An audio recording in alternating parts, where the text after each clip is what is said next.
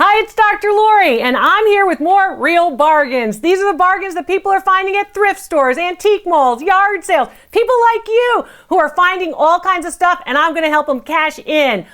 I've had permission to, of course, to retell all these stories from the people to whom it happened.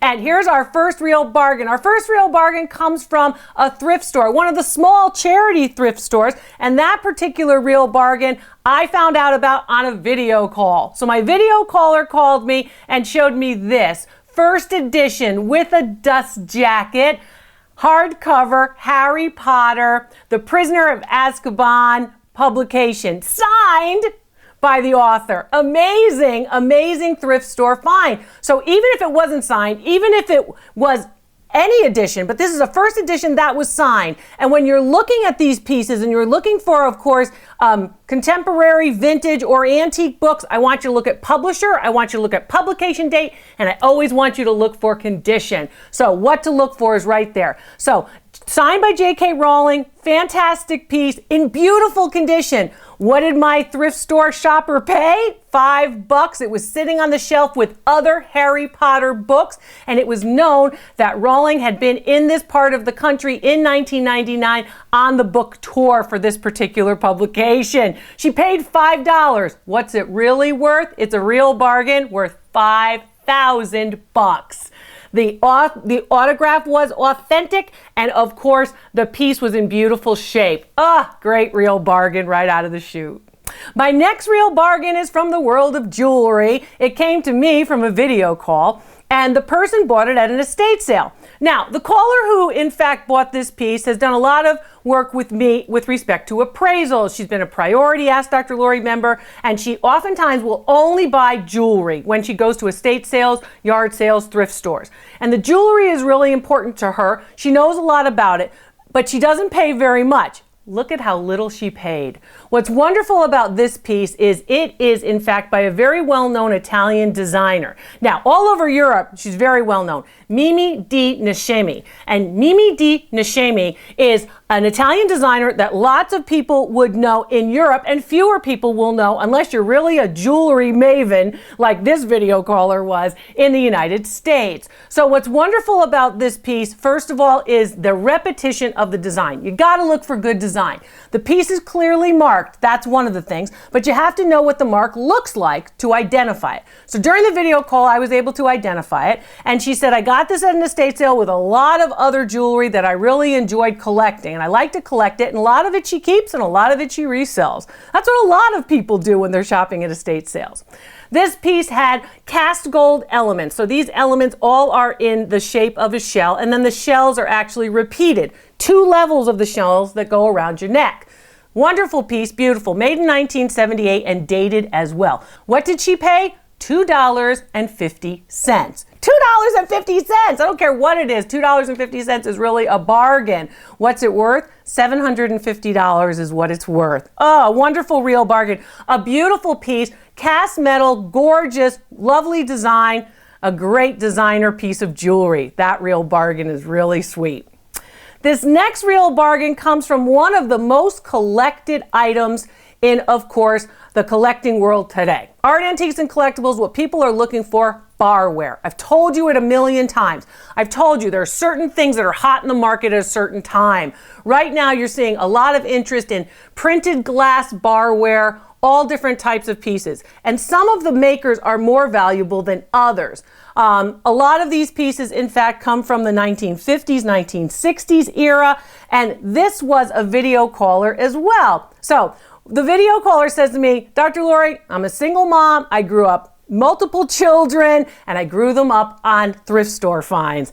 She said, it's easier to find something that I didn't buy at a thrift store in my house than all the things I bought in my house from thrift stores. So she's a real thrifter, and her house looked great how she designed it with respect to all the objects from thrift stores. So the thing that she found in the thrift store this time was, in fact, this Sasaki labeled identified with the label from the Japanese glassmaker manufacturer from the middle part of the 1900s, mid-century modern, Sasaki Glassware Barware.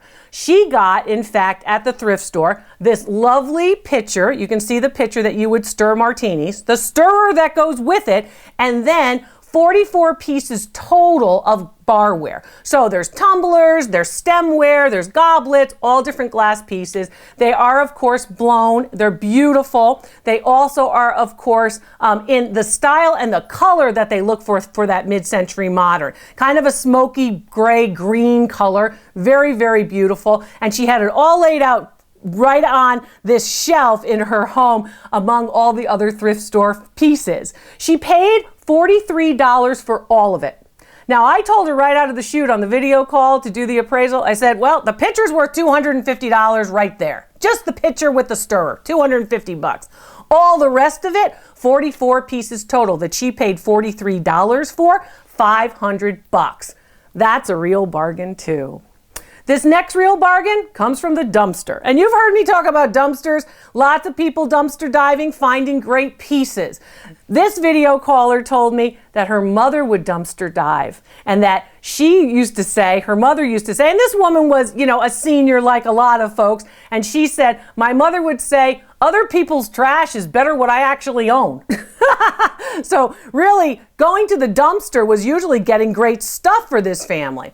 So my caller continues to the family tradition of dumpster diving, and she said, I have certain ones that I go to, maybe it's for a company or maybe it's for other people, but the certain dumpsters that I go to in certain areas, I usually look through and I get permission to do that. And I found these two pieces. So she said, I'm not really sure what they were. They do look kind of broken. One of them isn't as good as the other, but I was kind of curious and I couldn't really let them stay there. I thought they were sculptures of some kind, but didn't really know much about them. So I got to inform her a little bit about Santos sculptures. These are sculptures of saints from the tradition of the Spanish colonial. So the Spanish colonial tradition of course, the 17th, 18th, 19th century will have these carved figures that are then polychromed or painted in the figural form of saints. It could be the Virgin Mary in Catholicism. It could be St. Stephen or St. Timothy or all different folk. It could be Mary Magdalene. It could be all different folks who you would pray to for different things. St. Francis, St. Joseph, St. Anthony, whoever it might be. These particular pieces were found in the dumpster. So they were thrown out. Now, you'll notice the area around the arms where hands or arms would be, that's gone. But the basic body of the Santos is still there. The first one is from the 19th century, and it still has much of its pigment or paint on it. So it's carved wood, it's used in churches, it's typically oftentimes used also in homes for private altars, so you could pray at home, but they're also used in churches. So you'll see them in different places like Mexico, South America, and Central America. Places where, of course, the Spaniards had their colonies. What you're seeing here is the 19th century version, this particular piece with the dark hair and the dark beard on the saint figure, all very bright colors, is typical of polychrome Santos of the 19th century. She got it for free out of the dumpster. What's it worth? $800. This second Santos that she got for free out of the same dumpster is in fact also a wonderful Santos example, carved wood, and it did have pigment on it. It was blue in parts. So when you see a blue mantle, it helps you to identify the saint a little bit better. Oftentimes, some of the saints which have different status than other saints would in fact have blue. For example, the Virgin Mary is oftentimes shown in blue. I say that a lot. But what to look for? You want to look for the intricate carving. You want to look for the physical characteristics of course, the face and the body. This particular Santos is 18th century. That means it's from, in fact, the 1700s. It's the 18th century, so it's been somewhere for a long time before it gets into this dumpster. This particular Santos dates to the 18th century. Much of the polychroming or much of the pigment is gone and lost over the centuries. Value on this one is really high, even for its condition, $3,000. That's a real bargain too for a dumpster dive. Probably worth getting a little dirty. This next real bargain comes from a video call as well. And this video caller said to me, you know, Dr. Lori, it's pretty competitive when you're shopping in the thrift stores, particularly in my area. I do a lot of thrift store shopping, and I'm always surprised when something good is right there out in the open. So it's right there out in the open on the shelves at Goodwill or at the Habitat for Humanity thrift store or at Salvation Army or Savers or any of those thrift stores. She said, I was at Goodwill. I saw these Waterford crystal candlesticks, and they're beautiful, and they're in good condition, and they're crystal, although they had wax all over them. So what you see now is a clear, cleaned up example of the candlesticks, but in fact, when she saw them at the thrift store, they were full of wax. So again, she cleaned them up, and that's an important thing to do if you know how to do it properly and safely. And the crystal candlesticks, she said, I went in, I was surprised that nobody had scooped them up, so I scooped them up. I paid $5.99 for them. They're worth $175. That's a real bargain too. The competition in the thrift stores is fierce, but you also have to know what you're looking for. And I'm going to show you what to look for. I'm going to make sure that you know what you shouldn't pass by. So this next real bargain comes from a video caller, and this piece is a piece of turned wood. It's a turned wood vessel. It's made of cherry burl wood. It's a beautiful sculptural form, and it's signed, and it's marked, and it's dated. Signed, marked, dated. I don't know what else you want, but that's what you're looking for. You're looking for works of art that are signed, marked, or dated in some way. In this particular case, it told the whole story on the bottom. So when you look on the bottom, this is what my video caller and of course YouTube follower decided that she wanted to see. She saw this piece, and this piece is in fact by an artist, very well-known wood turner named Dennis Elliott. Dennis Elliott made this piece of cherry burl wood and dated it in 1969. It's a very good example. It's large. It's just luscious in its sculptural form. So you can see all of the elements of the natural parts of the wood, and that's what you're looking for in these vessels. It's a wonderful piece, a beautiful piece. She said once she saw it, she knew she had to have it. It went directly into her Goodwill shopping cart. She was gonna go home with that. What did she pay? Well, she said that it was a discount day for her, so she got it for $5.99. What's it worth? Well, based on actual sales records and all of these real bargains, my values are based on actual sales records where they actually have sold, looking at the whole market. Others like this sell between $400 and $600. Her real bargain worth $500. And she said, Dr. Lori, I need you to do a written appraisal report for me as well. And I did. So now she has the written report to go along with the great thrift store find that she made. This next real bargain is from a video caller too. And this piece was found in the trash. The video caller calls me and says, you know, I got this piece as a gift from my brother.